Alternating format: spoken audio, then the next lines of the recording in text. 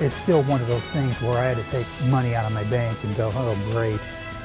Vandals in Lafayette are targeting what appears to be a random selection of vehicles. Good afternoon, I'm Jeff Smith. And I'm Gina Quattrochi. News Channel 18's Kristen Majorano joins us with tonight's top story. Kristen.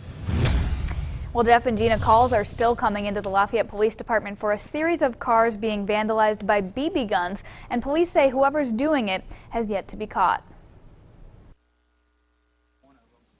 It wasn't what Robert Dix was expecting to hear when he woke up Saturday morning. My brother-in-law went upstairs, came and got me up and said, your window had been smashed. And once the shock wore off, Dix soon learned he wasn't the only victim in his neighborhood. They had a lot of people have their cars ransacked and stuff taken from it. It appears that they're all related. When we tend to get these types of crimes, it's usually, like you said, either an individual or a group of kids. Lafayette Police Lieutenant Tom Davidson says the string of vandalism crimes wasn't limited to Dix's neighbors on Parent Street. He says Lafayette police have already received more than 30 reports of car vandalism from several areas of the city.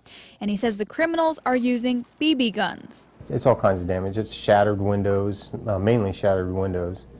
There are dents. And he says there's no apparent pattern to whose cars are being targeted by the criminals. It's probably happen chance by where they're at and when they're pulling the trigger. Leaving people like Robert Dix to pay the price.